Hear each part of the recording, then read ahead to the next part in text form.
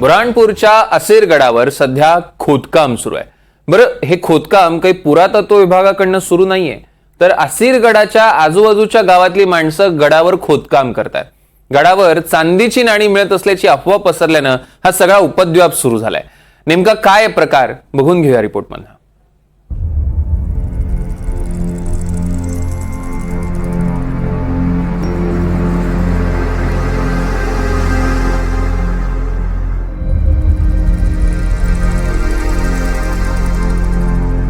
रात्रीच्या अंधारात सुरू आहे एक शोध सोन्याचा, शोध खजिन्याचा, शोध औरंगजेबाच्या संपत्तीचा।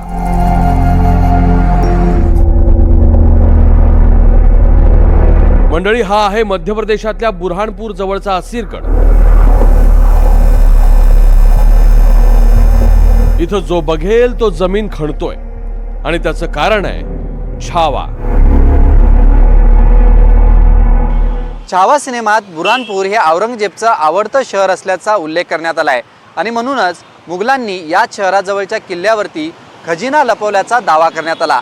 हा दावा अनेकांनी पाहिला आणि औरंगजेबचा खजिना सापडला अशा पद्धतीची अफवा पसरली। येथील जमिनीमध्ये सोन्याची नाणी सापडतायत ही अफवा वाऱ्यासारखी पसरली। झालं, अख्खं बुऱ्हाणपूर या गडावर पोहोचलं। कुदळ, फावडी, घमेली, जे मिळेल ते हत्यार घेऊन, काम धंदे टाकून लोकांनी इथं खणायला सुरुवात केली। ज्यांना अवजारं मिळाली नाहीत त्यांनी हातानं उकरायला सुरुवात केली। रात्र असल्यानं लोकांनी मोबाईल आणि बॅटरीच्या उजेडात जणू गडावर लाइटिंगच केली। जरा कुदळीला खणखण आवाज आला की लोकांची धावपळ उडत होती। एका महाभागानं तर चक्क मेटल डिटेक्टर पण आणलं होतं। काहीने तर अख्खा कुटुंब कबिला आणला होता। एकानं खणायचं, दुसऱ्याने उकरायचं, तिसऱ्याने चाळायचं। महाभागाने रात सारी जागवली, अख्खा गड जागता ठेवला।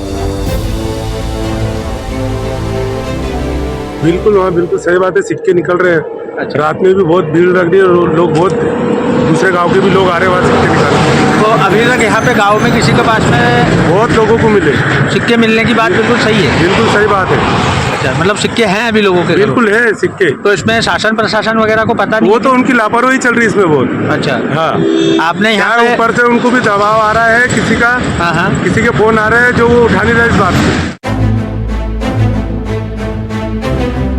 काही जणांनी तर कुणाच्या हाती काही लागतंय की काय हे पाहण्यासाठी माणसं ठेवली होती। पण रात्रभर खणून खणून माणसं अर्धमेली झाली, घामे घूम झाली, पण हाती काही लागलं नाही। रिकाम्या हाती सगळी जनता सकाळी सकाळी घरी परतली। गडावर फक्त धूळ उरली आणि दुसऱ्या दिवशी गडावरच्या जमिनीला घुशी लागल्यासारखी भोकं पडली होती।